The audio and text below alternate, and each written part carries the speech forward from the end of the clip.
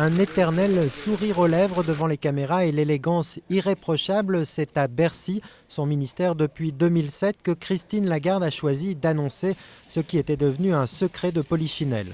J'ai décidé de présenter ma candidature à la direction générale du Fonds monétaire international.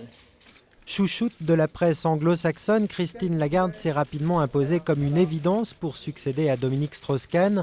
Ancienne championne de natation synchronisée, cette fille d'enseignant et avocate de formation s'est très vite frottée au Gotha de la finance. Elle fut ainsi la première femme à prendre la tête du prestigieux cabinet d'avocats d'affaires Baker & McKenzie à Chicago. Outre la langue anglaise qu'elle parle parfaitement, Christine Lagarde partage avec les Américains un goût prononcé pour la libre entreprise, une sensibilité libérale qui lui valut une première gaffe à son entrée dans le gouvernement Villepin en 2005. La ministre du Commerce extérieur avait alors raillé le droit social français jugé trop compliqué et lourd à ses yeux.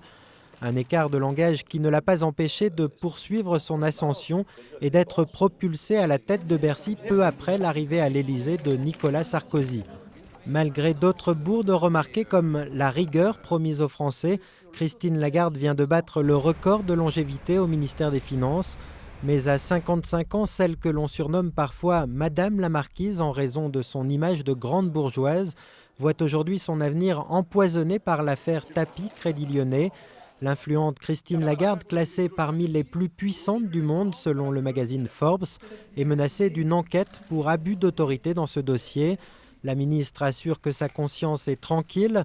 La Cour de cassation examinera l'affaire le 10 juin, le jour même de la clôture des candidatures au FMI.